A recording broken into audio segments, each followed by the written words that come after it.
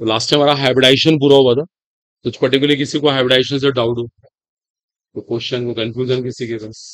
चलिए आगे चलते हैं। Our topic is now here significance of hybridization. The heading name is now significance of hybridization. आज हम डिस्कस करेंगे कि हाइब्रिडाइजेशन की सिग्निफिकेंस क्या हो। आज सीखते हैं कि हाइब्रिडाइजेशन की सिग्निफिकेंस क्या है, इसकी इंपॉर्टेंस क्या है। Right down. Topic is now significance of hybridisation. और जैसे अपने लास्ट क्लास में भी हाइब्रिडाइजेशन निकालना सीखा था, वैसा पोटेंशियल पे करना। मान लो कहीं पे हाइब्रिडाइजेशन sp3 आ गया, sp2 आ गया, sp आ गया, sp3 आ गया एंड सो ऑन। क्वेश्चन ये है कि हाइब्रिडाइजेशन निकालने का फायदा क्या होता है, इसकी इंपॉर्टेंस क्या है। देखो आज आपको सिखाता है कि हाइब्रिडाइजेशन की सिग्निफिकेंस क्या होती है। सबसे इंपॉर्टेंट बेनिफिट ये होता है, ये क्या करता है, मॉलिक्यूल्स की ना ज्योमेट्री प्रिडिक्ट करने में हेल्प करता है। अभी को लिखेगा नहीं। The topic is the prediction of geometry. सब ध्यान देनी। एक मॉलिक्यूल है, मॉलिक्यूल एक अणु है, उसकी ना कोई ज्योमेट्री होगी, ज्योमेट्री हिंदी में कहते हैं ज्यामिति। कोई ना कोई ज्योमेट्री होगी। अगर ज्योमेट्री को पता लगाना हो तो हाइब्रिडाइजेशन काम आता है। ये काम हाइब्रिडाइजेशन का है। अगर किसी ने क्वेश्चन आपसे पूछ लिया कि ये मॉलिक्यूल है, इसकी ज्योमेट्री बताओ, 100% आपको पहले हाइब्रिडाइजेशन निकालना होगा। बिना हाइब्रिडाइजेशन की ज्योमेट्री निकलती ही नहीं। जैसे आपको पता हो sp3 अगर कहीं पे हाइब्रिडाइजेशन आए तो ज्योमेट्री होती है टेट्राहेड्रल। टेट्राहेड्रल। sp2 आए तो ट्रायंगुलर प्लेनर। Triangular planar. कहीं पे sp आए लीनियर। देखो मेरे पास ऐसे और भी लिस्ट है, तो और भी चीजें बता दूंगा मैं आपको। ऐसे sp3d में आती है ट्रायंगुलर बायपिरामिडल। Triangular bipyramidal. अब इन सबको बनाकर भी दिखाएंगे। एक बार आप इतना सा पार्ट नोट करो। लिखो आप first heading, prediction of geometry. Prediction of geometry. आप एक मॉलिक्यूल की ज्योमेट्री की प्रिडिक्शन कर सकते हो, किसी को बता सकते हो कि ज्योमेट्री क्या है। ज्योमेट्री को हिंदी में कहते हैं ज्यामिति। ठीक है, उसकी ज्योमेट्री क्या है, इसके बारे में आप बता सकते हो। ये सबसे इंपॉर्टेंट बेनिफिट होता है हाइब्रिडाइजेशन। sp3 में टेट्राहेड्रल, sp2 में ट्रायंगुलर प्लेनर, sp में लीनियर, sp3d में ट्रायंगुलर बायपिरामिड। तो 10 बात ना करके ना चुपचाप काम कर लो। अब इनको बनाकर भी दिखाते हैं सबको। नोट करें, ये सबसे इंपॉर्टेंट बेनिफिट है हाइब्रिडाइजेशन का। कि आप एक मॉलिक्यूल की ज्योमेट्री की प्रिडिक्शन कर सकते हो। देखो इन सबको बनाकर भी दिखा देते हैं वन बाय वन। ठीक है, अभी फिर से इनके नेम ओपन कर देंगे। देखो ऐसा पोटेंशियल पे कर। जैसे मान लीजिए कहीं पे हाइब्रिडाइजेशन आया sp3। देखो sp3 में ज्योमेट्री इस तरह से होती है। ये होती है sp3 वालों की ज्योमेट्री। देखो इसे कहते हैं टेट्राहेड्रल। इसका नाम टेट्राहेड्रल होता है। इसका हिंदी नाम होता है चतुष्फलकीय। इसके ना 4 फलक होते हैं। इसमें 4 फेसेस है। अगर आप ध्यान से देखें, देखो 4 फेसेस कहां पर है। ये 4 फेसेस देखो इसकी है। देखो 4 फेसेस बनाकर दिखाता हूं मैं कहां कहां है। एक तो फेस ये है, फेस जिसको हिंदी में फलक कहते हैं। एक फेस ये है, एग्जैक्टली एक फेस ये है। और एक फेस ये है। ये स्टेम 4 फेस के बनने से मिलने से फिगर बनी है, तो नेम इज कॉल्ड टेट्राहेड्रल। एक इंटरेस्टिंग बात और होती है, इस फिगर में जो ये एंगल होता है ना, ये एंगल, ये चारों एंगल बराबर है। ये एंगल होता है 109 डिग्री 28 मिनट्स। 109 डिग्री 28 मिनट कहते हैं इसको। कई लोग इसको 109.5 डिग्री भी कह देते हैं। अप्रोक्सीमेटली दोनों सेम है। ये दोनों एंगल माने जाते हैं। ये इस ज्योमेट्री की सबसे खास बात है। ठीक है, नाम है इसका टेट्राहेड्रल। एक ज्योमेट्री होती है ट्रायंगुलर प्लेनर। देखो ट्रायंगुलर प्लेनर ऐसे बनता है। ट्रायंगुलर प्लेनर, त्रिभुजाकार समतलीय, इसे कहते हैं ट्रायंगुलर प्लेनर। इसको ट्रायंगुलर प्लेनर कहते हैं। आल्सो को ट्रायगोनल प्लेनर। आल्सो को ट्रायगोनल प्लेनर एक ही मतलब है। ये एंगल होता है 120 डिग्री। 120 डिग्री का ये एंगल है। आपको ये एंगल भी याद होना चाहिए। ये तब आएगा जब हाइब्रिडाइजेशन sp2 होता है। sp2, ये sp2 हाइब्रिडाइजेशन का रिजल्ट है। एग्जैक्टली एक केस होता है अगर हाइब्रिडाइजेशन sp आए, उसमें शेप होती है लीनियर, इसको हिंदी में एक रेखीय कहते हैं। इसका एंगल आता है 180 डिग्री। देखो हाइब्रिडाइजेशन के कितने सारे फायदे हैं। आप ज्योमेट्री का पता लगा सकते हो, आप एंगल का पता लगा सकते हो इवन। एक और हाइब्रिडाइजेशन है sp3d, ये बहुत इंपॉर्टेंट होता है। ये कंपटीशन फेवरेट है, बहुत सारे क्वेश्चन आते हैं ऐसे नीट में, आईआईटी। देखो जब sp3d हाइब्रिडाइजेशन होता है ना, देखो फिगर ऐसे बनती है।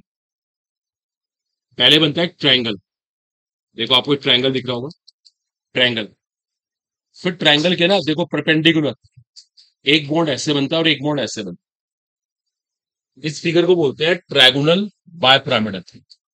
इसका नाम होता है ट्रायगोनल बायपिरामिडल। देखो बायपिरामिडल क्यों कह रहे हैं, चलो ये बात तो आ गई समझ, ट्रायंगल बन गया। यहाँ पे दो पिरामिड बनते हैं। अगर मैं इस पॉइंट को इस पॉइंट से और इस पॉइंट से और इस पॉइंट से मिलाऊं ना, देखो यहाँ पे दो पिरामिड बन जाएंगे, पिरामिड। इसको पिरामिड बोलते हैं मैथ्स में। एग्जैक्टली इस पॉइंट को यहाँ मिलाओ, यहाँ मिलाओ, यहाँ मिलाओ, तो यहाँ भी बन गया पिरामिड, दो पिरामिड बनेगा। इसे नाम रखा है इसका ट्रायंगुलर बायपिरामिड। एक इंटरेस्टिंग बात और होती है इसमें, एंगल्स। देखो ये सारे एंगल 120 डिग्री के, तो ये दो परपेंडिकुलर लाइंस है। ये एंगल कितना होता है 90 डिग्री। तो आपको दो एंगल मिलेंगे इसमें, एक 120 डिग्री और एक 90 डिग्री। इस पर डिबेट होगी, बहुत बहुत डिस्कशन करेंगे इसके बारे में। ये बहुत इंटरेस्टिंग केस है। और एक केस और होता है sp3d2। अगर d2 आए ना, देखो शेप ऐसे बनती है, देखो शेप ऐसे बनती है। आपको पता हो शायद, इसका नाम होता है ऑक्टाहेड्रल। इसमें ना 8 फेसेस हैं, इसका नाम है ऑक्टाहेड्रल। देखो इसको फील करवाते हैं ये ऑक्टाहेड्रल कैसे है। देखो जैसे इसको स्क्वायर मान लेते हैं, थोड़ा लिख लीजिएगा पहले समझ लीजिए। ये स्क्वायर मान लेते हैं। देखो एक बॉन्ड ऐसे है और एक बॉन्ड इसके नीचे बना हुआ है, लाइक दिस। ये फिगर ऐसे है। अगर आप इस पॉइंट को इस पॉइंट से और इस पॉइंट से मिलाओगे ना, तो एक फेस बन जाएगी, फेस। फेस कहते हैं इसको, फलक। इसको इससे और इससे मिलाओ, दूसरा फेस। इसको इससे मिलाओ, तीसरा फेस। इसको यहां मिलाओ, चौथा फेस। चार ही फेस नीचे से बनती है, फिफ्थ, सिक्स, सेवन, एट। इसलिए इसका नाम क्या रखा हमने, ऑक्टाहेड्रल। इसका एक नाम और बन सकता है, देखो एक नाम और क्या बन सकता है। बीच में तो बना हुआ है स्क्वायर, वर्ग। इस पॉइंट को यहां से मिलाओ, यहां से मिलाओ, यहां से मिलाओ और यहां से, तो ये क्या बन जाएगा, पिरामिड। क्या कहते हैं इसको, पिरामिड। ऐसे एक पिरामिड यहां से बनेगा, दो पिरामिड हो गए। तो नाम हो सकता है इसका स्क्वायर बाय पिरामिड। इसी फिगर को मैं कह सकता हूँ स्क्वायर बाय पिरामिड। देखो दो नाम है इसके, स्क्वायर बाय पिरामिडल। इसी का नाम क्या है, ऑक्टाहेड्रल। अच्छा ये सारे एंगल 90 डिग्री के होते हैं, एंगल सब 90 डिग्री के। एंगल को ज्यादा कम नहीं है, सब एंगल बराबर है, सब 90 डिग्री के। तो इसका नाम है स्क्वायर बाय पिरामिडल और ऑक्टाहेड्रल। देखो ये होता है हाइब्रिडाइजेशन का बेनिफिट। अगर आपकी बुक में कोई भी क्वेश्चन है ज्योमेट्री निकालने का, एंगल निकालने का, 100% आपको हाइब्रिडाइजेशन निकालना पड़ेगा। बिना हाइब्रिडाइजेशन निकाले प्रॉब्लम को सॉल्व ही नहीं कर सकते। आप बनाना चाहते हैं इन फिगर्स को, बनाइए फास्ट, जल्दी से बनाइएगा। इन फिगर्स को ड्रॉ करने, बहुत इंपॉर्टेंट फिगर्स हैं ये, ज्योमेट्रीज। इनको समझना भी है। किसको ट्रायंगुलर बायपिरामिडल कहते हैं, किसको स्क्वायर बायपिरामिडल बोलते हैं, बहुत इंपॉर्टेंट है ये।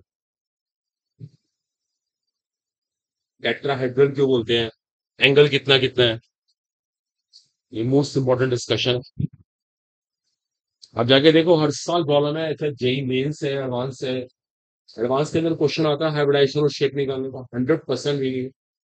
नीट के अंदर भी इस बार आया था, दो दो क्वेश्चन से।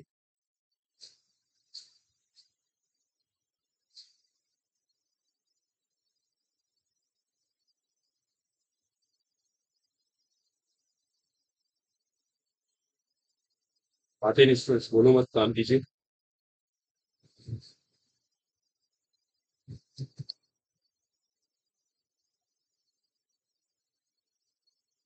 सबसे इंपॉर्टेंट बेनिफिट है, अगर आपने हाइब्रिडाइजेशन निकाल दिया, तो आप ज्योमेट्री और एंगल तो पता लगा ही सकते हैं। जब भी किसी मॉलिक्यूल की ज्योमेट्री निकालनी हो, एंगल निकालना हो, आपको हाइब्रिडाइजेशन वाला कॉन्सेप्ट करना हो।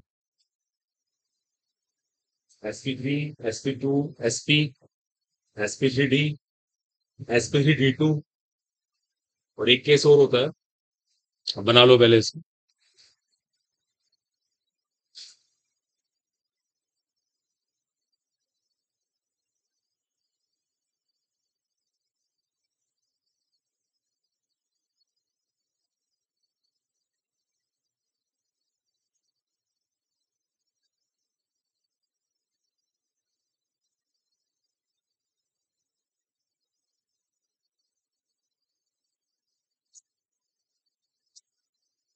हम्म,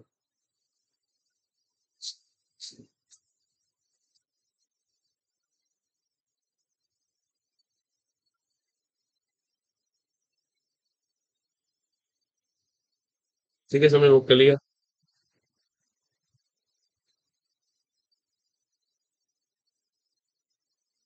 इसमें एक केस और पॉसिबल है, वो sp3d की हाइब्रिडाइजेशन वाला केस होता है। ठीक है, इसमें एक केस और बनेगा, अगर हाइब्रिडाइजेशन आएगा sp3d3। देखो मैं इसको यहां बना देता हूँ, चलिए। अगर हाइब्रिडाइजेशन है ना sp3d3, देखो सब ध्यान देना, sp3d3, इस हाइब्रिडाइजेशन में ज्योमेट्री होती है पेंटागोनल बायपिरामिड। देखो ध्यान देना सब, यहाँ ज्योमेट्री होती है पेंटागोनल बायपिरामिड, पेंटागोनल बायपिरामिड। देखो इसमें एक बात बड़ी इंपॉर्टेंट है, अगर आप ध्यान से देखें, बीच में क्या बना हुआ है, एक पेंटागन। देखो बीच में एक पेंटागन बना हुआ है, जिसे कहते हैं हिंदी में पंचभुज। और बाय पिरामिडल, दो पिरामिड्स बने हुए हैं, एक पिरामिड ऊपर और एक पिरामिड नीचे। एक इंटरेस्टिंग बात हो रहा है, अगर हम इसके एंगल्स निकालें, सबको पता है ये 5 एंगल है, पांचों बराबर है, पांचों का सम कितना है 360। तो एक एंगल कितने डिग्री का हुआ, 72 डिग्री। और जो ये वाले एंगल्स है, ये जो परपेंडिकुलर है, कितना हुआ 90 डिग्री। इसमें दो एंगल होते हैं। इसकी फिगर की सबसे इंटरेस्टिंग बात है, आपको दो फिगर में दो एंगल मिलेंगे, एक टीवीपी और एक पेंटागोनल बायपिरामिड। ये तब आएगा जब हाइब्रिडाइजेशन होगा sp3d3। इसको भी इंक्लूड करें, जल्दी से इसको भी इंक्लूड कर लीजिए। ये केस तब आएगा जब हाइब्रिडाइजेशन sp3d3 आएगा।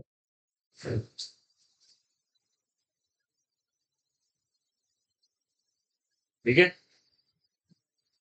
Pentagonal bipyramidal, pentagonal bipyramidal, pentagonal bipyramidal.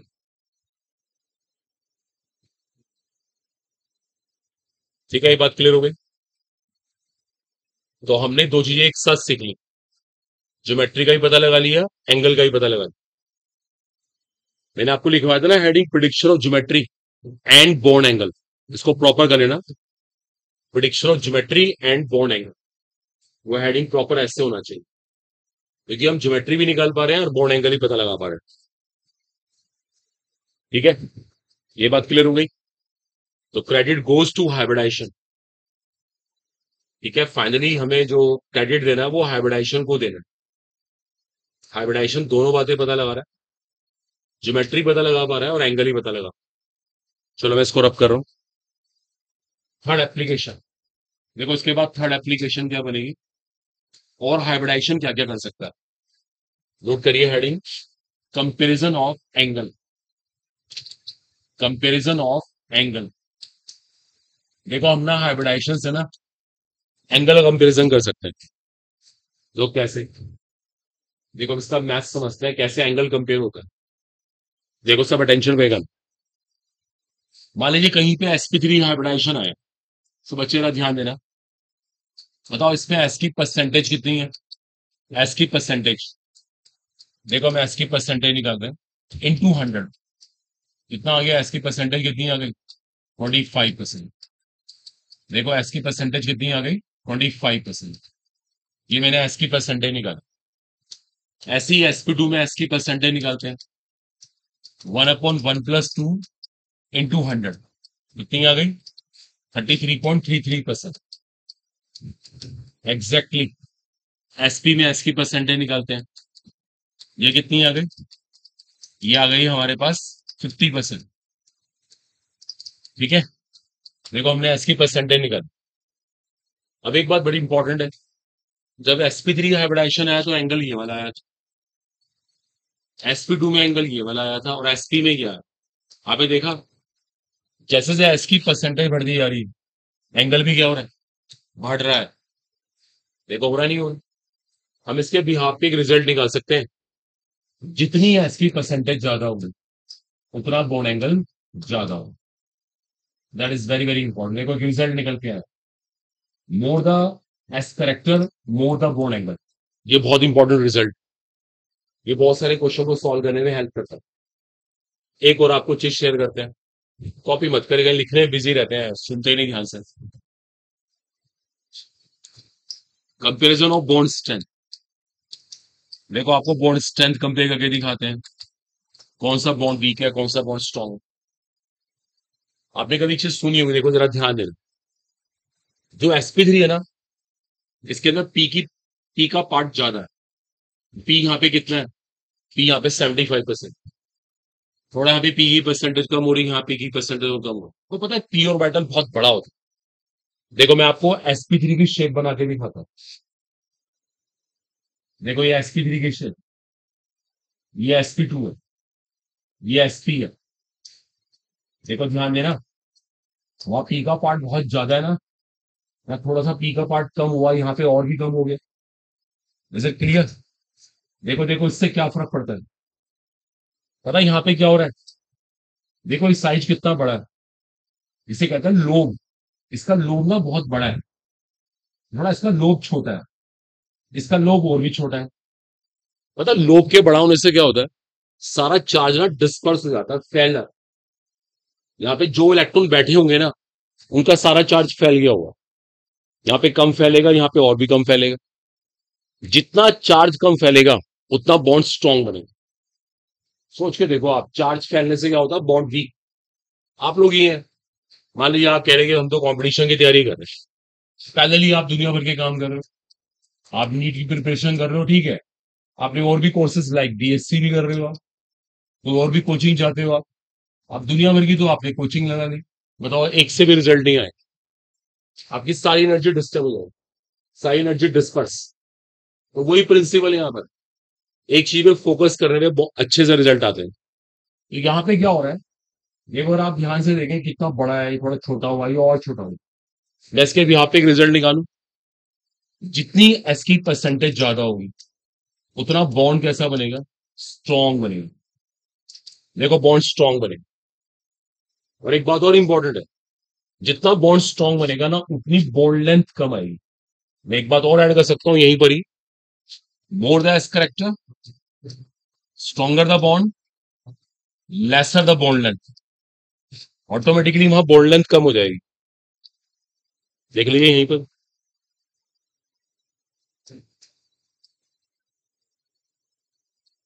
This one is very very important result. More the S character stronger the bond lesser the bond length, ये भी इंक्लूड कर लेंगे आप। ये भी एक हाइब्रिडाइजेशन का सिग्निफिकेंस है, सोच के देखो। भाई अगर बॉन्ड स्ट्रॉन्ग होता है तो एटम पास आते हैं, बॉन्ड लेंथ अपने आप कम हो जाती है। तो बॉन्ड लेंथ का रिलेशनशिप तो इनवर्स अपने आप ही होगी। This one is very very important. आया समझ आपको? बॉन्ड के स्ट्रॉन्ग होने से एटम पास आते हैं तो बॉन्ड लेंथ शॉर्ट होती है, बंध की लंबाई घटती है। इसलिए मैंने रिलेशनशिप इनवर्स दिखा दिया, बिल्कुल व्युत्क्रम। मोर the S character stronger the bond lesser the bond length.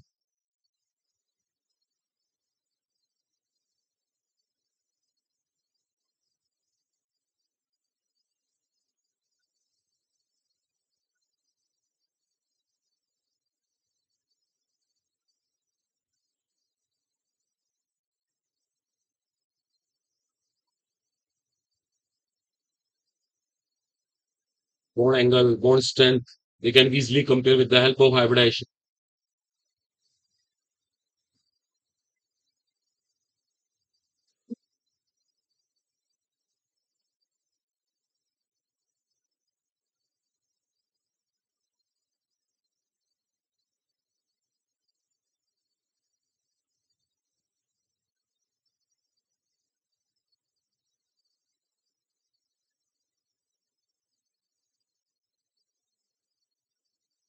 ठीक है,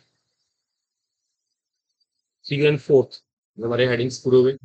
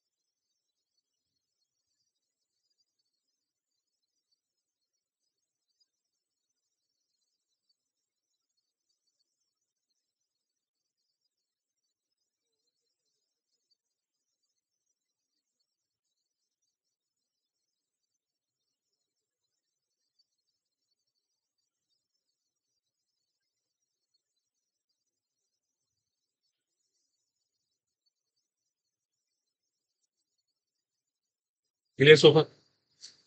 ये चौथा पॉइंट भी आना चाहिए। बॉन्ड एंगल भी कंपेयर हो गया, बॉन्ड स्ट्रेंथ भी कंपेयर हो गया। फिफ्थ पॉइंट, अब करें इसको।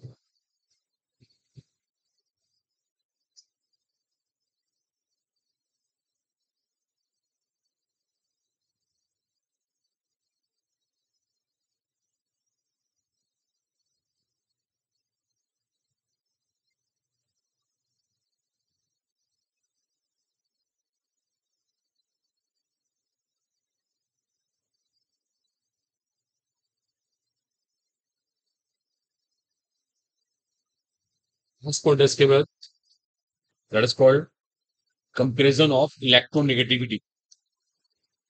Comparison of electronegativity. आप इससे ना इलेक्ट्रोनेगेटिविटी भी कंपेयर कर सकते हो। इसका हिंदी नाम होता है वैद्युत। आप इससे एटम्स की इलेक्ट्रोनेगेटिविटी भी कंपेयर कर सकते हो।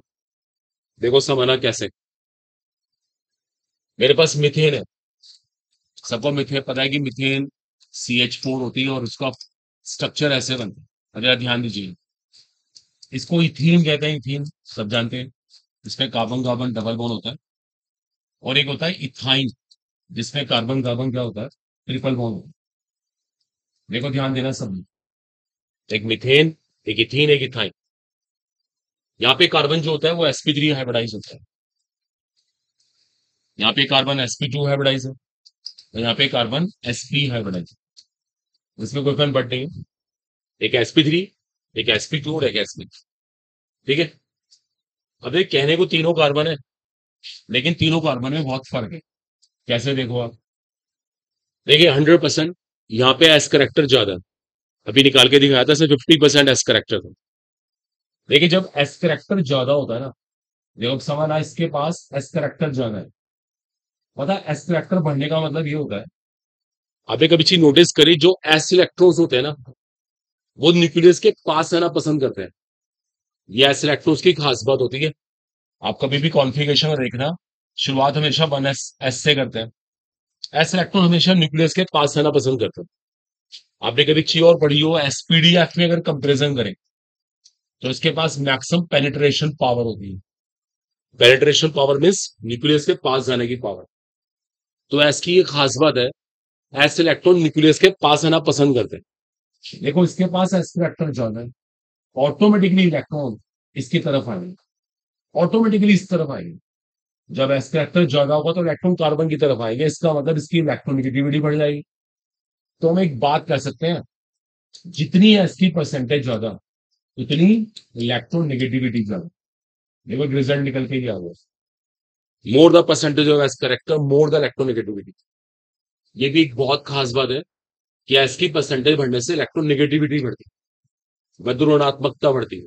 इसको भी इंक्लूड कर लें सब। एस करेक्टर बढ़ने से बॉन्ड भी स्ट्रॉन्ग होता है, एस करेक्टर बढ़ने से बॉन्ड लेंथ घटती है, और एस करेक्टर बढ़ने से इलेक्ट्रोनेगेटिविटी बढ़ती है, ऋणात्मकता बढ़ती है। इस टाइम जितना इलेक्ट्रोनेगेटिव ये वाला कार्बन है ना, और कोई भी नहीं है। ये वाला कार्बन इससे भी ज्यादा है और ये इससे भी ज्यादा।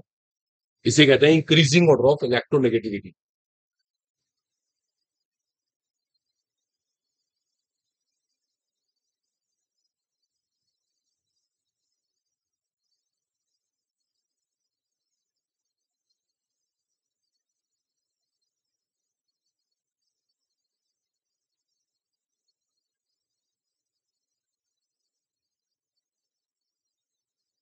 तो ये था हाइब्रिडाइजेशन का, की सिग्निफिकेंस, की इंपॉर्टेंस, ये हाइब्रिडाइजेशन को पढ़ने के क्या क्या फायदे होते हैं।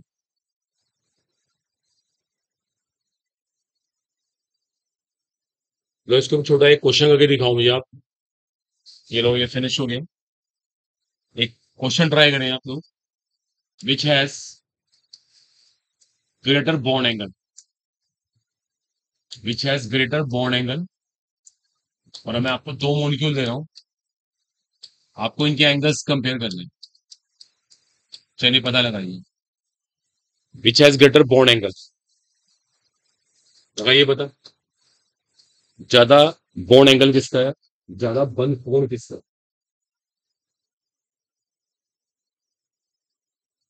Which has greater bond angle,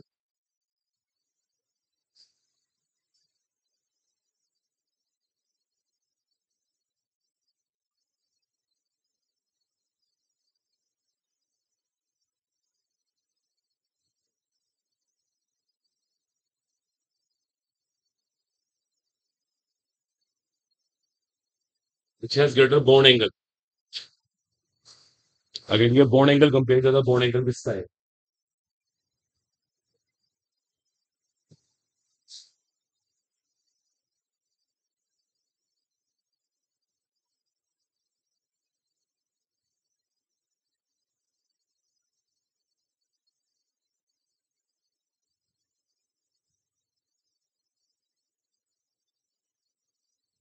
कैसे कर रहे हैं यहाँ पे, कैसे पता लगाएं ज्यादा बॉन्ड एंगल किसका है। चलिए वेरी गुड, सही कह रहे हैं, दोनों की हाइब्रिडाइजेशन निकाली। एक स्टूडेंट ने सही बोला, इनकी हाइब्रिडाइजेशन निकालो। बेटर। चलिए कैरी हो, जब दोनों के हाइब्रिडाइजेशन निकालो फटाफट।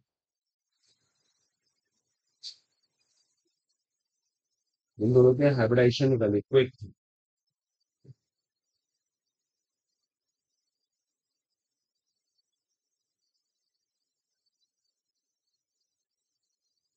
NO2 प्लस NO2 माइनस, क्या आया पहले वाले केस में हाइब्रिडाइजेशन। sp2 दूसरे वाले केस में क्या आया।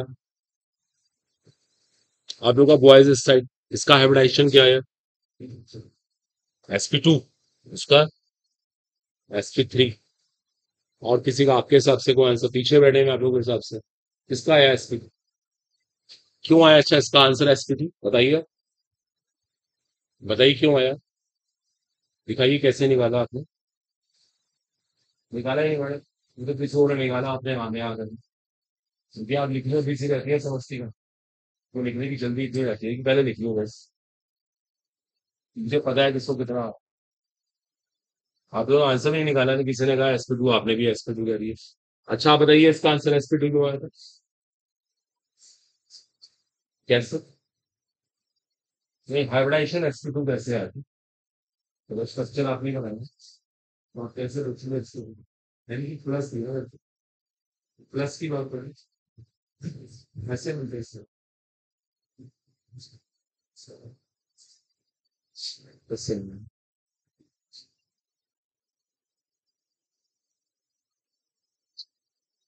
देखिए आपकी साइड से प्रैक्टिस ही नहीं होती, घर पे आप लोग कुछ करते ही नहीं खास से। देखो ये है इसका स्ट्रक्चर, NO2 प्लस ऐसे बना होता है, ये इलेक्ट्रॉन एन लूज कर चुका होता है, ये ऐसे, इसको बोलते हैं NO2 प्लस। ये प्रैक्टिस करिए, आपकी साइड से कुछ काम ही नहीं, वैसे कॉम्पिटिशन हो जाए। NO2 निगेटिव ऐसे होते हैं, ये इन दोनों के स्ट्रक्चर्स बना दिए मैंने। अब क्या होता है देखिए, इसका तो हाइब्रिडाइजेशन आया sp, इसका हाइब्रिडाइजेशन आया sp2, ये है देखो दोनों के स्ट्रक्चर्स, इसके पास s करेक्टर ज्यादा है, ऑटोमेटिकली इसका एंगल भी ज्यादा है, जैसा आंसर, ऑटोमेटिकली इसका एंगल भी ज्यादा है, more the s character, more the angle, so answer is NO2 positive, answer is NO2 positive। देखो बहुत सिंपल है भाई, क्या किया मैंने, स्ट्रक्चर ही तो बनाए, अगर सही से स्ट्रक्चर बन जाए तो हाइब्रिडाइजेशन निकल जाए, क्वेश्चन सॉल्व हो गया। Finish. Next article now, the drawback of hybridisation. अब हाइब्रिडाइजेशन में ना कुछ कमियां भी, drawbacks. Article now, drawbacks of hybridisation. Hybridisation में कुछ कमियां भी होती है। ऐसा नहीं होता कि हाइब्रिडाइजेशन इस तरह से वर्क कर ले, हर जगह काम कर ले हाइब्रिडाइजेशन। हाइब्रिडाइजेशन में कुछ कमियां है, कुछ शॉर्टकमिंग्स है। देखो वो ड्रॉबैक्स क्लियर करते हैं और शॉर्टकमिंग्स क्लियर करते हैं। चलिए ध्यान दीजिएगा दोनों। देखो हाइब्रिडाइजेशन का फर्स्ट सीरियस ड्रॉबैक क्या है। देखो जरा ध्यान देना, अभी हमने सीखा हाइब्रिडाइजेशन ज्योमेट्री निकालने में हेल्प करता है, हाइब्रिडाइजेशन एंगल निकालने में हेल्प करता है। लेकिन सुनिए, आप हर बार हाइब्रिडाइजेशन सही एंगल निकाल ही नहीं सकते। आप सही एंगल हर बार हाइब्रिडाइजेशन से निकाल नहीं सकते। जैसे वाटर मोलिक्यूल है, वाटर मोलिक्यूल का हाइब्रिडाइजेशन sp3 होता है। पता वाटर मोलिक्यूल में एंगल इतना आता है, देखो आप, जबकि एंगल कितना एक्सपेक्टेड है, 109 डिग्री 28 मिनट्स। देखो यहाँ पे हाइब्रिडाइजेशन फेल हो गया। हाइब्रिडाइजेशन के पास आंसर ही नहीं है कि इसका ये एंगल क्यों आ। ये बहुत बड़ा ड्रॉबैक है हाइब्रिडाइजेशन का। अमोनिया है, अब कहने को अमोनिया का हाइब्रिडाइजेशन sp3 है, हम एंगल इतना एक्सपेक्ट कर रहे हैं, हम एंगल एक्सपेक्ट कर रहे हैं। देखो एक मिनट, हम एंगल एक्सपेक्ट कर रहे हैं 109 डिग्री 28 मिनट्स। पता है अमोनिया का एंगल कितना आता है, 107 डिग्री। इंटरेस्टिंग है। तो कहने का मतलब क्या है? देखो हाइब्रिडाइजेशन फेल, ये मैं लिख दूं यहाँ पे, इट इज नॉट नेसेसरी, अभी कॉपी मत करना। It is not necessary that hybridization hybridization always provides, that hybridization always provide always provide the right bone angle, right bone angle। जो इसका सही बोन एंगल है वो आपको हर बार मिल जाए, ये जरूरी नहीं। ये हाइब्रिडाइजेशन में एक सीरियस ड्रॉबैक है, हाइब्रिडाइजेशन अगर काम ही नहीं करता। सही बोन एंगल का पता हाइब्रिडाइजेशन से लगेगा ही नहीं, बहुत जगह ऐसा होता है।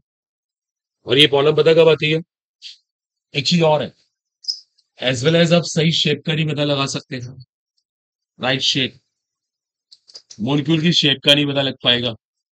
ये पता कब होगा, क्योंकि अब इसके पीछे रीजन क्या है। एक्चुअली अमोनिया में एन के पास एक लोन पेयर होता है, वाटर में ऑक्सीजन के पास दो लोन पेयर होते हैं। जब भी कहीं लोन पेयर आएगा ना, वहां पे ये प्रॉब्लम क्रिएट होगी, वहां पे हाइब्रिडाइजेशन वर्क ही नहीं करता।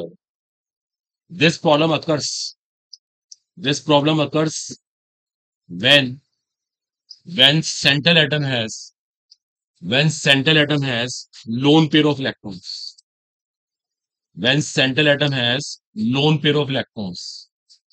अगर सेंट्रल एटम के पास क्या है, लोन पेयर ऑफ इलेक्ट्रॉन्स, वहां पे ये प्रॉब्लम आएगी आएगी, वहां पे हाइब्रिडाइजेशन ठीक से काम ही नहीं करता। तो ये ड्रॉबैक है हाइब्रिडाइजेशन का, कि आप एग्जैक्ट शेप और एग्जैक्ट एंगल निकाल ही नहीं पाओगे whenever central atom has lone pair of electrons. अब हमें ये चीज बेस बना के अगला टॉपिक पढ़ना पड़ेगा, ये फिर इन क्वेश्चंस के आंसर के लिए हम क्या करें, अब ये मेंशन कर लें सब लोग।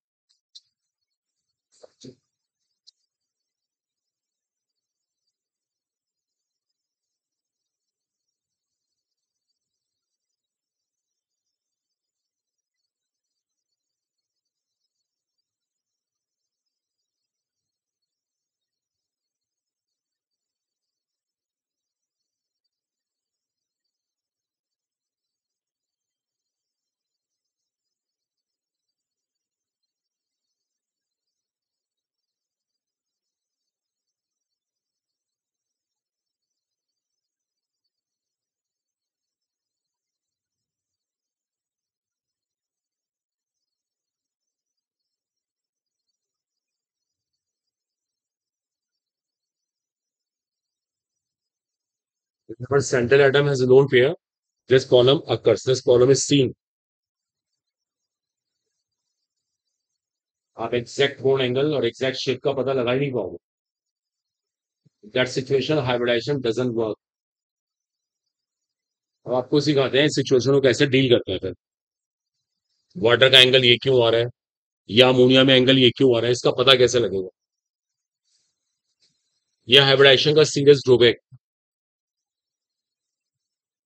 अगर सेंट्रल एटम पे लोन पेयर आ गया ना तो वहां प्रॉब्लम आएगी है। वहां एंगल भी बदलेगा और वहां शेप भी बदलेगी। अभी तो एग्जांपल दिए मैंने आपको वाटर और अमोनिया का। वाटर के अंदर भी ये प्रॉब्लम आ रही है क्योंकि ऑक्सीजन के पास लोन पेयर है, और अमोनिया के अंदर भी ये प्रॉब्लम है क्योंकि नाइट्रोजन के पास लोन पेयर है। ये लोन पेयर के अंदर एक सीरियस प्रॉब्लम है। लोन पेयर एंगल को और शेप को बदल देगा। अब इस लोन पेयर ने क्या किया, इसको रोल देखना हो। अब नेचुरली इसके नेक्स्ट थ्योरी पढ़नी पड़ेगी। वो नई थ्योरी चीजों को डील करेगी। That is termed as, right down, it's a very very important theory. इसको बोलते हैं वीएससीपीआर मॉडल। एक आर्टिकल होता है, इसको वीएससीपीआर थ्योरी भी कह सकते हैं। That is termed as VSEPR theory. Now article is VSEPR theory. अब इससे इन चीजों के आंसर्स मिलते हैं।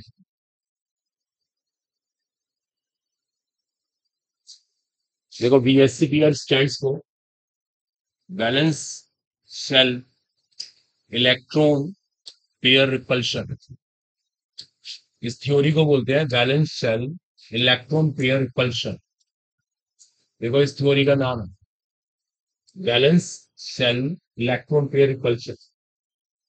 इसका मतलब ये होता है जो वैलेंस शेल है, जो हमारा आउटर मोस्ट शेल है, जो उसमें इलेक्ट्रॉन पेयर है, वो रिपल्शन करता है, रिपल्शन प्रतिकर्षण। एक बार आप नोट करो, ये बीएससी पीआर की फुल फॉर्म है valence shell electron pair repulsion. अब देखो इस थ्योरी को स्टार्ट करते हैं, और इसके दो बड़े इंपॉर्टेंट पोस्टुलेट्स हैं। मैंने को पोस्टुलेट स्टडी करेंगे तो ऑटोमेटिकली इसका आंसर आएगा। चलो बच्चों पे टेंशन है। देखो थ्योरी क्या बोलती है, देखो यहाँ सब अटेंशन पे करना, दो बातें समझने वाली है, फिर ऑटोमेटिकली आ जाएगा। ये थ्योरी ये बोलती है अगर आपके पास कोई भी मॉलिक्यूल है, देखो सब अटेंशन पे करो, कोई भी मॉलिक्यूल, लाइक मेरे पास मिथेन मॉलिक्यूल है। देखो सबको पता है मिथेन मॉलिक्यूल में यहाँ पे शेयर्ड पेयर होते हैं, ठीक है, जिनको हिंदी में कहते हैं साझे वाले युग्म। ये थ्योरी बोलती है जो ये वैलेंस शेल के अंदर पेयर होते हैं ना, पेयर, ये आपस में रिपल्शन करते हैं। ये सब पेयर आपस में रिपल्शन करते हैं। इसमें कोई सरप्राइज होने वाली बात भी नहीं। भाई फिजिक्स के अकॉर्डिंग इन सबके पास क्या है, नेगेटिव चार्ज। इन सबके पास लाइक चार्जेस है, और लाइक चार्जेस में रिपल्शन तो होता ही होता है। किसी मॉलिक्यूल को देख लो, हमारे पास वाटर है, मिथेन है, अमोनिया है, H2S है, किसी को भी देख लो आप, ये सब पेयर आपस में रिपल्शन करते हैं। और रिपल्शन होने के पीछे बड़ा सिंपल सा कॉज है, physics. Like charges repel each other, इसलिए यहाँ पे रिपल्शन पे कर रहा होता है। इसको मैं लिखवा दूंगा। तो पहला पॉइंट तो यही है, electron pairs, electron pairs repel one another.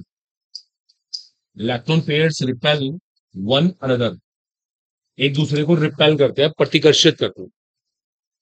दूसरी एक इंपॉर्टेंट चीज होती है lone pair, lone pair repulsion is more than lone pair bond pair repulsion, is more then bond pair repulsion, is more then bond pair repulsion. ये repulsion का decreasing order.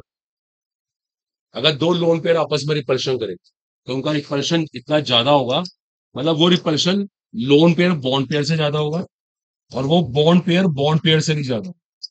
इसे कहते हैं रिपल्शन का डिक्रीजिंग ऑर्डर, उसका घटता हुआ क्रम। अगर ये दो बातें में समझ आ जाए ना, अब इससे हम हर क्वेश्चन का आंसर बना सकते हैं, हर चीज को डिस्कस कर सकते हैं।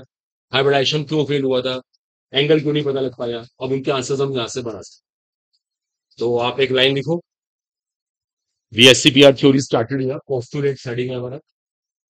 देखो first postulate, in a molecule, in a molecule electron pairs present in the valence shell, in a molecule electron pairs present in the valence shell repel one another. In a molecule, electron pairs present in the valence shell repel one another. इसका मतलब होता है एक दूसरे को प्रतिकर्षित करते हैं. Electron pairs present in the valence shell repel one another. एक दूसरे को प्रतिकर्षित करते हैं. दूसरा point, lone pair repulsion. Lone pair repulsion is more than lone pair bond pair repulsion. Lone pair repulsion is more than lone pair bond pair repulsion is more than bond pair repulsion. Lone pair repulsion is more than lone pair bond pair repulsion is more than bond pair repulsion. तो दो बड़े important postulates हैं. अब इससे हर बात का answer मिल सकता है. हर चीज को मैथमेटिकली हम सॉल्व कर सकते हैं. ठीक है, क्लियर हुआ? ये था सिंपल सा वीएससी बन लेंगे. इसको भी डेप्थ में स्टडी करना होगा. ये तो हमने एक पोस्टुलेट डिस्कस की. चलिए, गोइंग टू स्टार्ट. देखो, अब हर बात का आंसर यहां से बना. देखो, ध्यान देना सब लोग. हम ना शुरुआत करते हैं पर्टिकुलरली. देखो जरा सब अटेंशन पे करना. अमोनिया मोलिक्यूल से करते हैं. Ammonia molecule. देखो, मैं एक क्वेश्चन की फॉर्म में लिखूंगा एक पॉइंट, फिर डिस्कस करेंगे. इन ammonia molecule the bond angle is 107 degree. 107 degree. Discuss. देखो, अभी क्वेश्चन किसी ने हमारे से पूछा कि जो अमोनिया है ना, उसमें बॉन्ड एंगल इतना होता है, तो उसको समझाओ कि एंगल क्यों आए. चलो सब अटेंशन पे कर लो. पहले मैंने क्या करा, अमोनिया मोलिक्यूल का ना स्ट्रक्चर बनाया. स्ट्रक्चर, संरचना. आपको पता है अगर हाइब्रिडाइजेशन निकालना है तो पहले सही स्ट्रक्चर बनना चाहिए. मैंने बना दिया. क्या स्ट्रक्चर बन के आया इसका? ये बन के आया. हाइब्रिडाइजेशन क्या आ गया? sp3. 3 बॉन्ड पेयर, एक लोन पेयर. कल का लेक्चर हमारा हाइब्रिडाइजेशन sp3. अब sp3 में हम देखो, सुनो, sp3 में क्या एक्सपेक्ट करेंगे? इसकी शेप क्या होनी चाहिए? टेट्राहेड्रल. देखो, इसकी शेप ना ऐसे होनी चाहिए. ठीक है, देखो ध्यान देना, ये एक्सपेक्टेड है. एक्सपेक्टेड. अब देखो जरा सब समझते हैं, ये आएगा नहीं आएगा. चलो जरा सब अटेंशन पे करना. जैसे हमने sp3 हाइब्रिडाइजेशन निकाला, तो ज्योमेट्री क्या आनी चाहिए इसकी? टेट्राहेड्रल. देखो ऐसे होना चाहिए अमोनिया मोलिक्यूल. अमोनिया मोलिक्यूल को ना देखो ऐसे होना चाहिए. इसका नाम है टेट्राहेड्रल. अब देखो, एक बहुत इंपॉर्टेंट बात है, मोस्ट इंपॉर्टेंट पॉइंट ये है, लोन पेयर्स. ये सारे के सारे क्या होते हैं? Bond pairs. पता है क्या होता है? जब हम किसी मॉलिक्यूल को देखते हैं ना, तो लोन पेयर कभी उसके एक्सरे में नहीं आते. देखो समझना, जैसे इस मॉलिक्यूल को आपको देखना है तो आपको कभी लोन पेयर दिखाई देगा नहीं. देखने के लिए मॉलिक्यूल का एक्सरे लेते हैं. एक्सरे, इसका एक्सरे एनालिसिस करते हैं. जैसे हमारी बॉडी का एक्सरे होता है, तो सारी बोन्स कभी एक्सरे में नहीं आती. एग्जैक्टली यहां पर है. लोन पेयर कभी एक्सरे में आएंगे नहीं. लोन पेयर के साथ प्रॉब्लम पता है क्या? ये ना स्कैटर हो जाता है. स्कैटर का मतलब होता है ऐसे फैल गया, तो इसकी इलेक्ट्रॉन डेंसिटी कम हो जाती है. ये कभी आएगा ही नहीं. सिर्फ आपको ये वाला पार्ट दिखाई देगा, वो वाला पार्ट दिखेगा ही नहीं. अब बताओ इस फिगर को क्या बोले? ये शेप कैसी है? Automatically pyramidal. देखो अमोनिया की शेप बदल गई, जबकि हमारी एक्सपेक्टेशन क्या थी? अमोनिया की शेप कैसी आती? टेट्राहेड्रल. इसकी शेप पता है क्यों डिस्टर्ब हुई? क्योंकि लोन पेयर कभी एक्सरे में आता ही नहीं. जब भी कहीं लोन पेयर आएगा तो प्रॉब्लम आएगी. एक बात और सुनो, एंगल क्यों डिस्टर्ब हुआ? देखो, ये बैठा है बॉन्ड पेयर, ये बैठा है बॉन्ड पेयर, ये बैठा है, ये लोन पेयर है. इनके बीच में क्या हुआ? रिपल्शन. इन दोनों के बीच में क्या हुआ? रिपल्शन. पता है क्या प्रॉब्लम आई? देखो सब ध्यान देना, क्या प्रॉब्लम आई यहां पर? यहां रिपल्शन ज्यादा हुआ, जबकि यहां रिपल्शन क्या हुआ? कम हुआ. देखो यहां रिपल्शन ज्यादा हुआ. ये लोन पेयर बॉन्ड पेयर का रिपल्शन ही ज्यादा हुआ, ये कम हुआ. ज्यादा की वजह से देखो, ये जो हाइड्रोजन है ना, ये जो पेयर है, ऊपर से फोर्स ज्यादा लग रही है. इसको हल्का सा अंदर आना पड़ेगा. अपना रिपल्शन कम करने के लिए इसको हल्का सा अंदर आना पड़ा. यही प्रॉब्लम इसके साथ आएगी. यहां रिपल्शन कौन सा हो रहा है? लोन पेयर बॉन्ड पेयर, यहाँ रिपल्शन कौन सा हो रहा है? बॉन्ड पेयर, इसको भी हल्का सा अंदर आना पड़ा, और इन वजह से ये एंगल क्या हो गया? ये एंगल पहले से रिड्यूस हो, घट गया, देखो एंगल। तो अमोनिया मोलिक्यूल की शेप डिस्टर्ब आई, एंगल भी कम आया। इसका रीजन बड़ा सिंपल है। शेप डिस्टर्ब आने के पीछे रीजन क्या है? लोन पेयर होना। लोन पेयर का एक्सरे में ना आना, लोन पेयर एक्सरे में नहीं आएगा, दैट्स वेरी क्रूशियल। और दूसरी एक सबसे मेन चीज होगी, एंगल कम होने के पीछे रीजन है, as lone pair bond pair repulsion is more than bond pair repulsion, as lone pair bond pair repulsion is more than bond pair repulsion। ये रिपल्शन बड़ा हुआ ना, इससे एंगल रिड्यूस कर देंगे। तो आप एक लाइन लिखो, फिर इसको बाद में कॉपी करना। देखिए, as in ammonia molecule,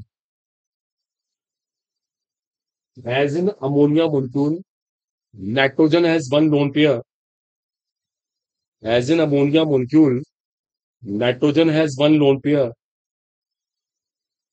as in ammonia molecule nitrogen has one lone pair which does not appear, as in ammonia molecule nitrogen has one lone pair which does not appear during x-ray analysis, which does not appear during x-ray analysis, so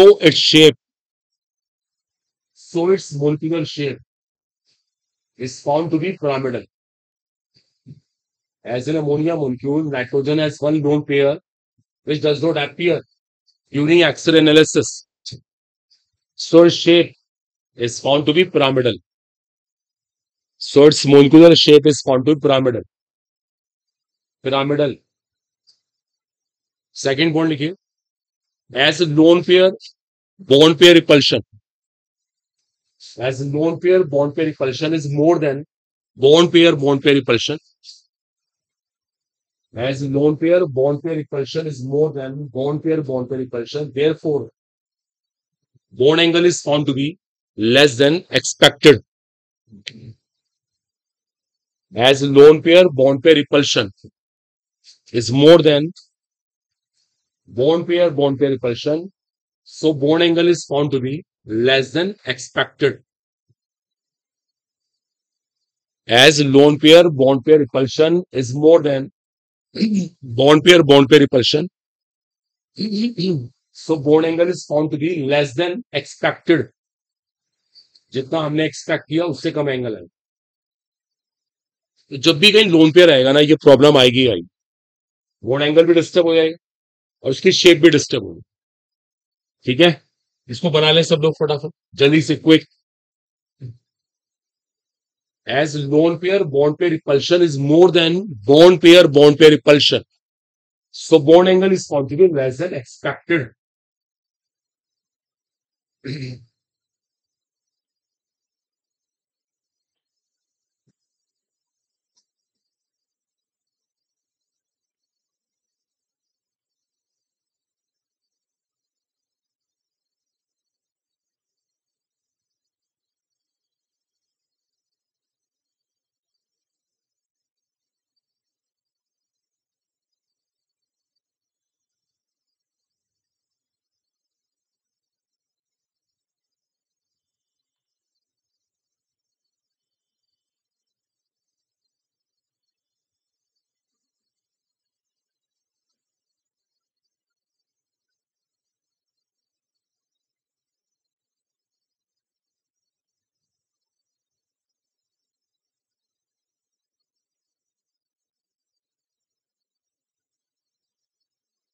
Okay, so bond angle is found to be less than expected।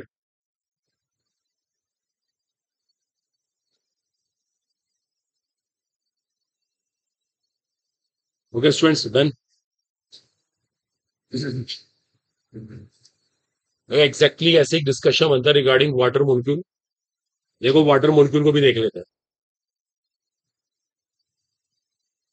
सबने copy कर लिया hopefully. देखो water molecule की बात करते हैं। देखो water molecule में क्या स्पेशल होता है, चलिए कंसंट्रेट। देखो वाटर मोलिक्यूल की केमिस्ट्री स्टडी करते हैं। वाटर मोलिक्यूल H2 होगा ना, किसी को पता है इसकी शेप क्या होती है? V shape. और वाटर मोलिक्यूल का एंगल कितना होता है? 104.5 डिग्री। जबकि इसका हाइब्रिडाइजेशन sp3 है। देखो जबकि इसका हाइब्रिडाइजेशन sp3 है। अब देखो इसका भी रीजन बनाते हैं। चलिए इसका हाइब्रिडाइजेशन तो निकाल लिया कोई भी स्टूडेंट। sp3 आता है तो sp3 में ज्योमेट्री ऐसे बनती है, टेट्राहेड्रल। अभी डिसाइड हुआ था, ज्योमेट्री बनेगी इसकी टेट्राहेड्रल। देखो ये होता है water molecule, the geometry formed with tetrahedral. सब ध्यान देना प्लीज। अब देखो प्रॉब्लम क्या आ रही है। अब इसको हम देखते हैं बाय यूजिंग एक्सरे एनालिसिस। ना तो एक्सरे में ये वाला पेयर आएगा ना ये आएगा। अब आप सोच के देखो दो चीजें दिखाई नहीं देंगी हमें, ये दोनों आ ही नहीं रही। सिर्फ ये फिगर आ रही है, सिर्फ ये वाली फिगर आ रही है, देखो इस तरह से बनेगी। तो हम इसे क्या कहेंगे? ऑटोमेटिकली क्या कहेंगे इसको? V shape. ये तो वी आकृति बन गई, ऑटोमेटिकली इसका नाम वी शेप हो जाएगी। दूसरा एक इंपॉर्टेंट चीज और है। देखो एंगल इतना कम क्यों आ रहा है इसमें? देखो ध्यान देना, इन दोनों के बीच में क्या हुआ? रिपल्शन। इनके बीच में रिपल्शन हुआ। क्या हुआ?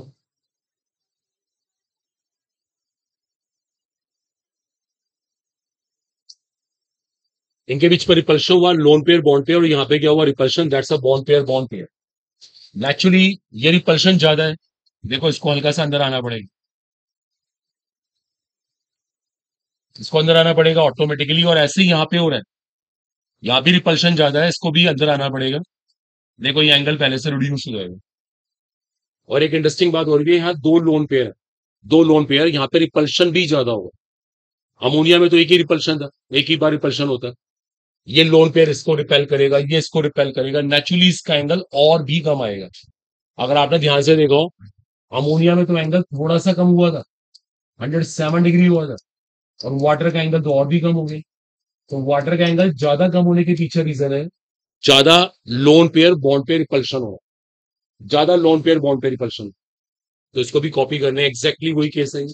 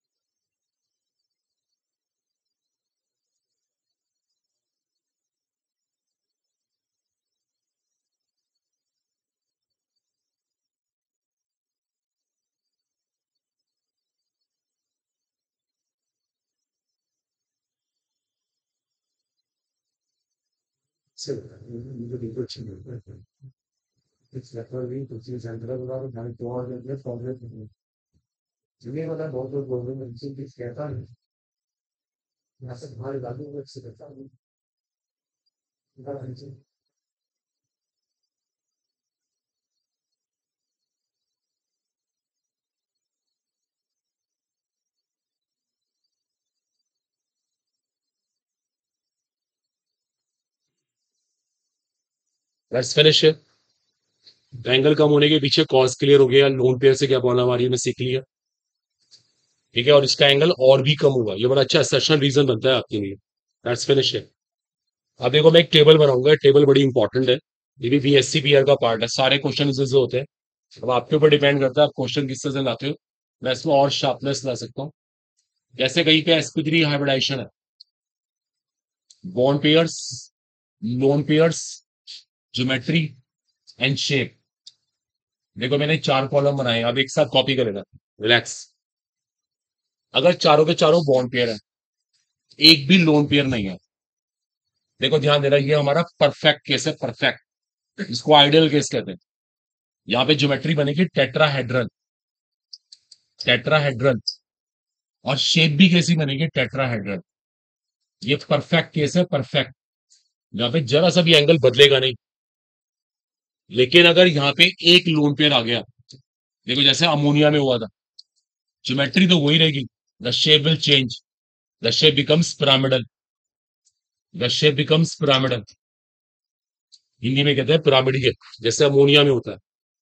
अगर दो आ गए, देखो ज्योमेट्री कभी नहीं बदलती, shape will change, V shape. जैसे हम सब हैं भाई, हम सब सब ह्यूमन बीइंग, सब इंसान, हम सबकी ज्योमेट्री एक ही है, लेकिन हमारी शेप्स अलग अलग। कोई हमारे से लंबा है, कोई छोटा है, कोई कैसे है। नेचर ने बनाया, शेप अलग अलग है। देखो ज्योमेट्री वही आ रही।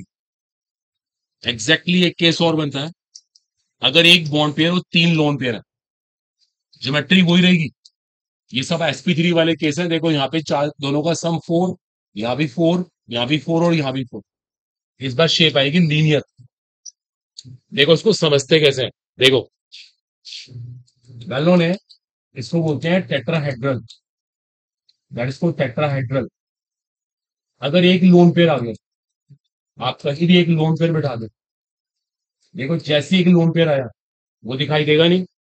ज्योमेट्री क्या बन गई, शेप क्या बन गई, पिरामिडल। जैसी दो लोन पेयर आएंगे, जैसी दो लोन पेयर आएंगे, शेप कैसी बन जाएगी, वी शेप।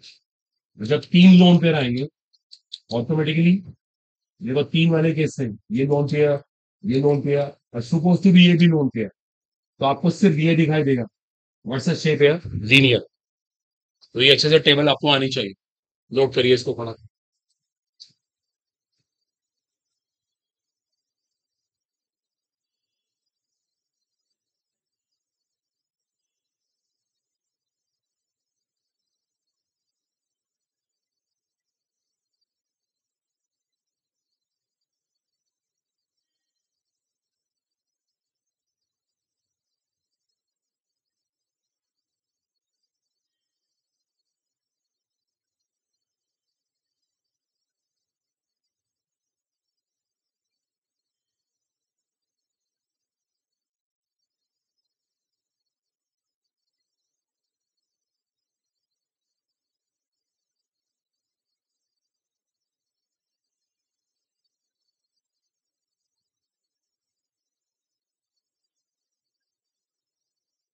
डन।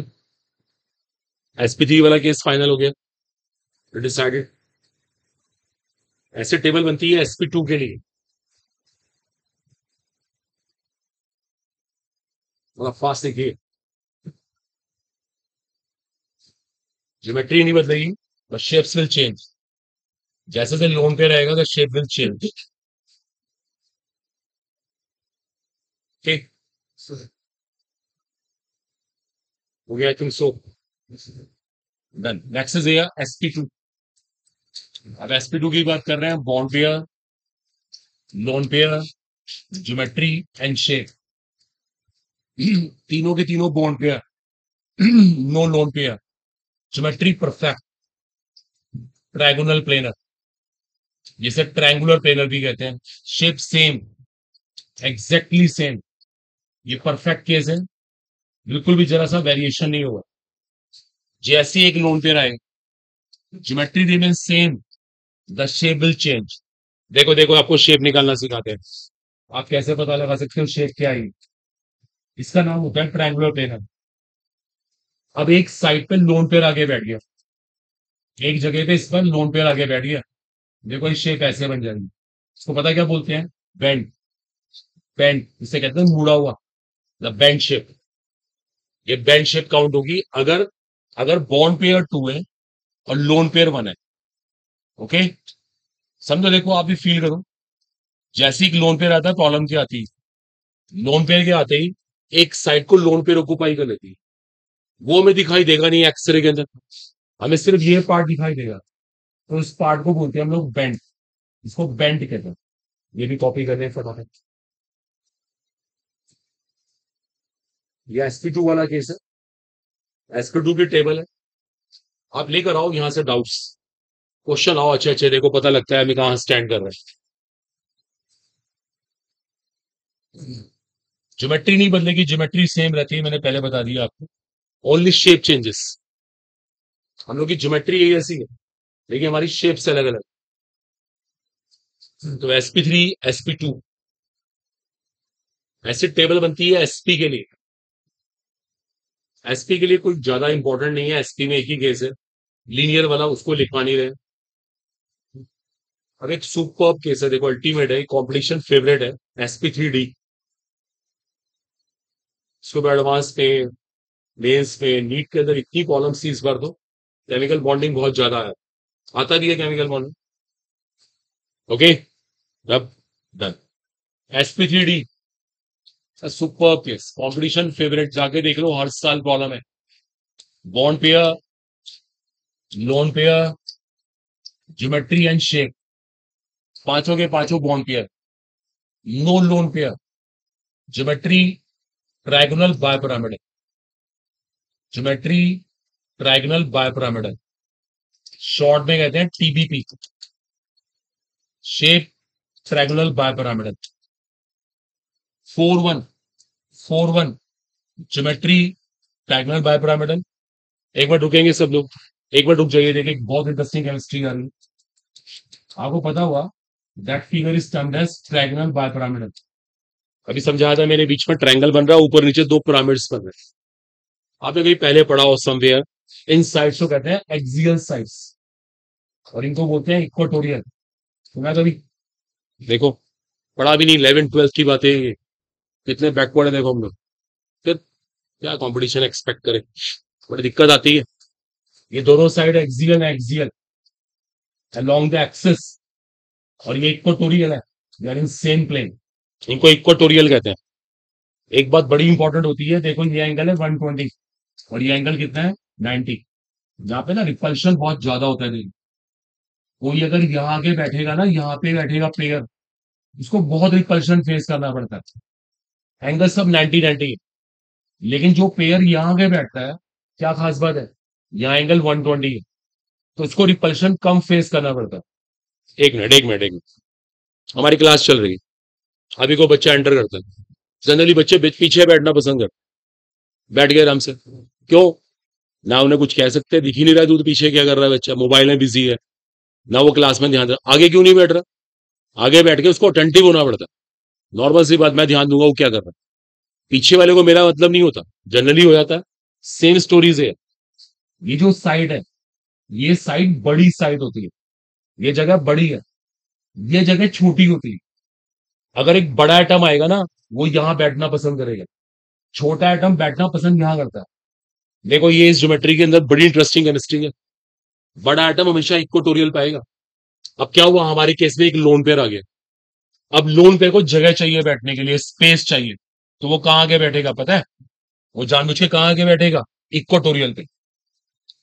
इसके अंदर सबसे इंटरेस्टिंग बात है, जब लोन पेयर आएगा तो वो कहां आके बैठेगा? इक्वेटोरियल पे। ये लोन पेयर की सबसे मेन चीज होती है, क्योंकि लोन पेयर को ना जगह चाहिए होती है, वो फैला हुआ होता है, फैला हुआ डिस्पर्स, तो उसको बड़ी जगह चाहिए। वो प्रेफर ही करता है इक्वेटोरियल साइड, वो कहता है मुझे नहीं आना एक्सियल पे, मेरे को तो जगह खुली चाहिए, खुली जगह जिसको बोलो। अब ये फिगर बन जाती है, अगर मैं इस फिगर को ऐसे घुमा दूं, देखो इस फिगर का नाम देखो क्या बनता है। ये फिगर कुछ ऐसे बन रही है, देखो ये फिगर ऐसे बन रही है, पता है ये फिगर क्या है? इसका नाम है, ये हल्का सा मुड़ जाती है ना, ऊपर से रिपल्शन होता है, इसको बोलते हैं सीसो शेप। झूला होता है ना सीसा, तो इसका नाम है सीसो शेप। ये मोलिक्यूल सीसो शेप में होता है, एक झूले की फॉर्म में आ गया। यहाँ लोन पेयर आगे बैठा हुआ है, ये तब होगा जब 4 बॉन्ड पेयर 1 लोन पेयर हो। अगर 3 बॉन्ड पेयर 2 लोन पेयर आ गए तो, अब सुनो, 3 बॉन्ड पेयर 2 लोन पेयर, एक लोन पेयर यहां बैठाओ, एक यहां बैठाओ, bond pair, bond pair, bond pair, ये फिगर बन जाएगी टी शेप। इसको टी शेप कहते हैं, बिल्कुल समझने वाली चीजें हैं। और 2-3 वाला कैसा है, तो शेप बनती है लीनियर। क्यों बनेगी लीनियर? यहां भी लोन पेयर, यहां भी लोन पेयर, यहां भी लोन पेयर, एक आइटम यहां आएगा, एक यहां आएगा, लीनियर शेप। देखो एक ही लाइन में ना, दैट इसको लीनियर शेप। देखो लीनियर शेप बन जाए, तो ये टेबल तो अल्टीमेट है, इसके कमांड होनी चाहिए। देखो जाके देख लो इस बार एडवांस के अंदर, मेंस में, नीट में, एवरीवेयर क्वेश्चन। वहां पर डाउट लेके आओ, क्यूरियोसिटी हो आपके अंदर, मुझे बताना पड़ रहा है, आप लिख रहे हैं, आप पूछेंगे तो कुछ और मजा आए। जाके घर पे ना बुक सर्च करो, क्वेश्चन लेकर आओ। ऐसा तो टाइम किल होता है, कुछ भी नहीं है, बार बार आपसे कह रहा है। आप 10 बार भी एफर्ट्स करें तब भी सिलेक्शन नहीं होगा, आपकी साइड से कोशिश ही नहीं हो। मैं भी क्लास में 2 2 5 कह दूं ना, तो आधे बच्चे उसको 5 भी लिख लेंगे, क्योंकि वो सो रहे हैं। वो कहेंगे "नहीं, चलेगा, सही है बस"। तो कह दिया ठीक है, क्योंकि हमारा दिमाग तो काम ही नहीं कर रहा। पढ़ गया भाई साहब। और ये इकट्ठे बैठ जाना दोस्तों के साथ बातें करना, दिस नॉट फेयर। आप अपना नुकसान कर रहे हैं, हमारा तो क्या नुकसान हो रहा है।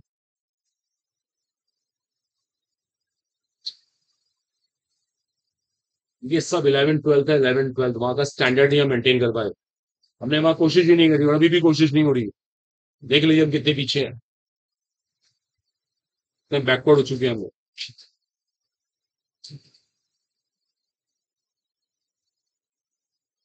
आपके ऊपर डिपेंड करता है, आप क्वेश्चन लेकर आएंगे और इम्प्रूवमेंट होगा।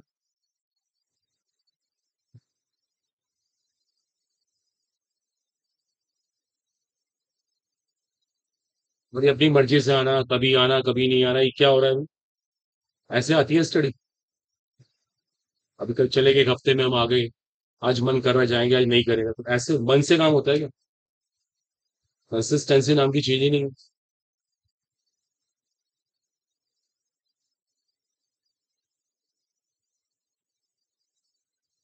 डन। एग्जैक्टली ऐसे टेबल बनती है रिगार्डिंग एसपीडी 2, जिसमें bond pair, lone pair, geometry and shape that matters. सारे के सारे bond pair, no lone pair, geometry is octahedral and shape 2 is octahedral, the perfect case.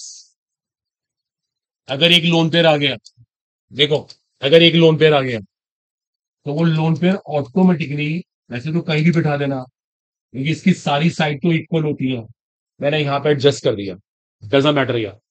नीचे बना स्क्वायर, यहाँ बन रहा है पिरामिडल, तो नाम आ गया स्क्वायर पिरामिडल। अगर एक लोन पेयर आता है तो, और अगर दो लोन पेयर आ गए तो, देखो दो वाले केस में क्या हुआ, अब दोनों लोन पेयर रिपल्शन को मिनिमाइज करने के लिए बिल्कुल उल्टे बैठेंगे, जिससे एंगल क्या हो जाए इनके बीच में, मैक्सिमम, रिपल्शन हो जाए मिनिमम। इस शेप का नाम पता है क्या है? Square planar. इसको बोलते हैं स्क्वायर प्लेनर। बहुत इंपॉर्टेंट है, आप घर जाके इसको टाइम दो, आप क्वेश्चन सर्च करो, लेकर आओ। ठीक है, बीएससी पीआर इज फिनिश्ड है, अब यहीं पे एंड कर रहे हैं बस, आ जाओ। Thank you so much.